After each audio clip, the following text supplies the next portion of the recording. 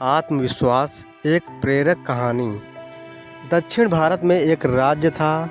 ये राज्य सेना, विस्तार और धन के मामले में बाकी राज्यों से थोड़ा छोटा था। यहाँ का राजा अपनी प्रजा का काफ़ी अच्छे से ध्यान रखता था। वो ये सुनिश्चित करता कि उसकी प्रजा हमेशा खुश और सुखी रहे।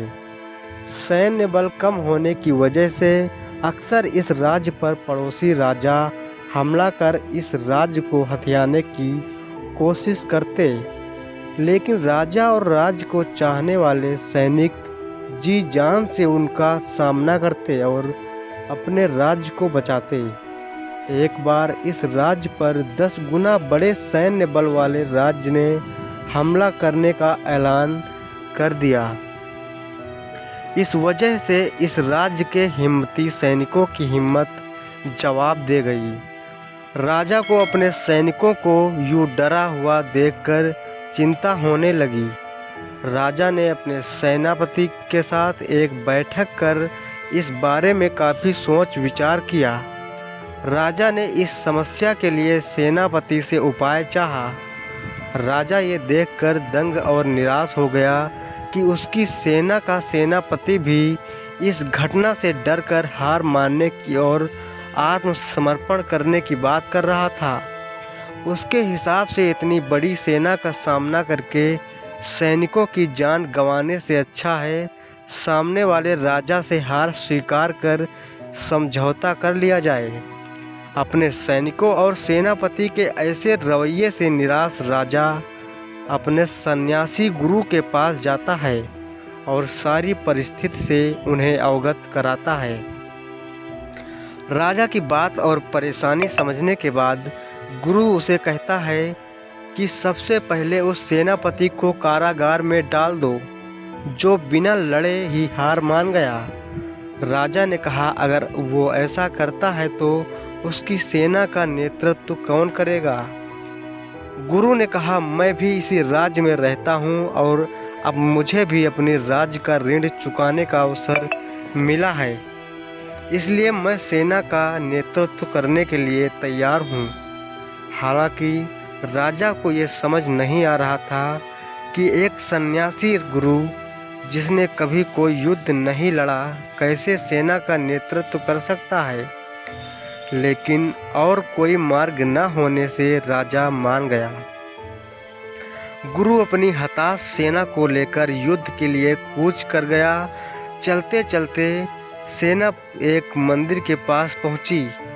गुरु ने सेना को वहीं रोका और बोला, आप सभी यहीं ठहरो, मैं इस मंदिर में जाकर भगवान से पूछकर आता हूँ कि इस युद्ध में हम जीत पाएंगे या नहीं।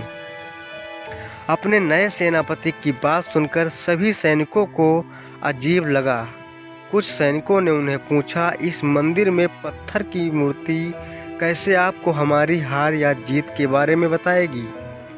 गुरु ने कहा, मैंने सन्यासी जीवन के दौरान तपस्या कर कुछ दिव्य शक्तियाँ पाई हैं जिनकी मदद से मैं भगवान से बात कर सकता हूँ। इतना कहकर वो मंदिर के अंदर चले गए। कुछ मिनटों बाद जब गुरु लौटे तब सैनिकों ने उनसे पूछा कि भगवान ने उनसे क्या कहा।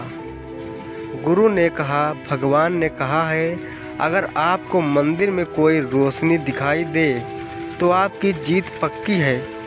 अब सभी सैनिक उसी मंदिर के पास रुककर मंदिर की तरफ देखने लगे, इस आशा में कि उन्हें वहां पर कोई रोशनी दिखाई दे। वे सभी पूरा दिन वहीं पर बैठे रहे और आखिरकार शाम होते होते उन्हें मंदिर के अंदर एक रोशनी दिखाई दी। सभी सैनिक खुशी से झूम उठे और एक नए आत्मविश्वास के साथ युद्ध के लिए रवाना हुए। ये युद्ध आसान नहीं था, लेकिन सभी सैनिक इतने आत्मविश्वास से भरे हुए थे कि कोई भी हार मानने के लिए तैयार नहीं था। 21 दिन चले लंबे युद्ध के बाद इस छोटे से राज्य के बहादुर सैनिकों ने अपने से कई गुना बड़ी सेना को हरा दिया। जीत के बाद अपने राज्य वापस लौटते समय रास्ते में फिर वही मंदिर आया तो सैनिकों ने गुरु से कहा कि वो मंदिर में जाकर भगवान को इस जीत के लिए धन्यवाद कहकर आएं, क्योंकि भगवान ने ही तो उन्हें रोशनी दिखाकर इस जीत का भरोसा दिलाया था। गुरु ने अपने सैनिकों से कहा, इसकी कोई ज़रूरत नहीं है, क्योंकि वो रोशनी एक दीपक की थी जिसे उन्होंने ही दिन में वहाँ जलाया था।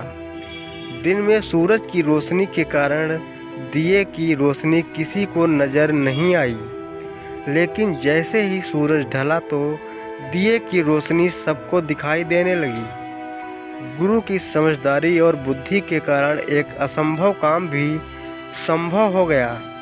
सभी सैनिकों और राजा ने गुरु के प्रति अपना आभार व्यक्त किया। दोस्तों, यह प्रेरक कहानी एक राजा, सैनिक या गुरु की जरूर है, लेकिन इसमें सबसे बड़ा हीरो है आत्मविश्वास। अगर आप में आत्मविश्वास है तो आपके लिए हर मुश्किल काम आसान हो जाता है।